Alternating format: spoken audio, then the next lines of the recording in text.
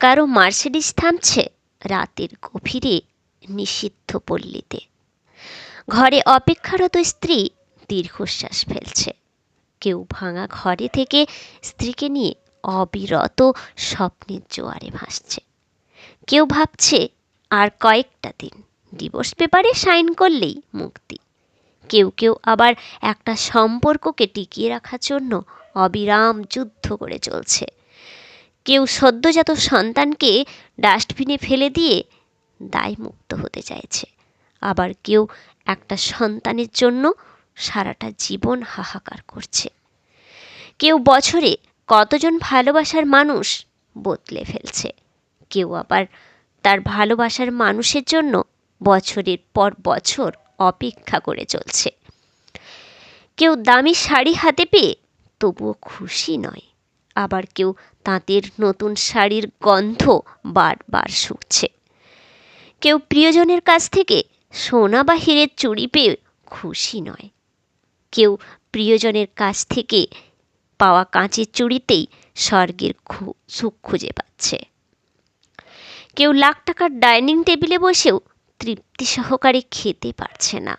কেউ পেঁয়াজ কাঁচা লঙ্কা কচলিয়ে গোগ্রাসে পান্তা গিলছে। কারো দামি খাটে শুয়েও ঘুমের ওষুধ খেতে হচ্ছে। কেউ আবার হিমেল হাওয়ায় অঘোরে ঘুমাচ্ছে। কারো পড়ার টেবিলে নতুন বইয়ের সমারোহ, কিন্তু পড়ার ইচ্ছে নেই।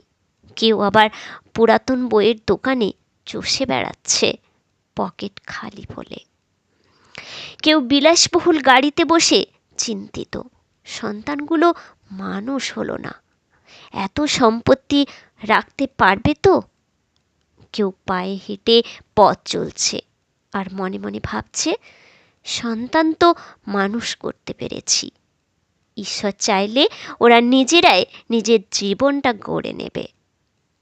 নানান রঙের মানুষ বিভিন্ন বিভোর নানা স্বপ্নে জীবন এঁকে বেড়ায় সাদা কালো আলাপনে। আসলে এটাই বাস্তবতা। সুখ এবং শান্তি সর্বদাই আপেক্ষিক। কারো সব থেকেও সুখ জিনিসটাই নাই। আবার কারো বাকি সব ঘাটতি থাকলেও সুখটা আছে।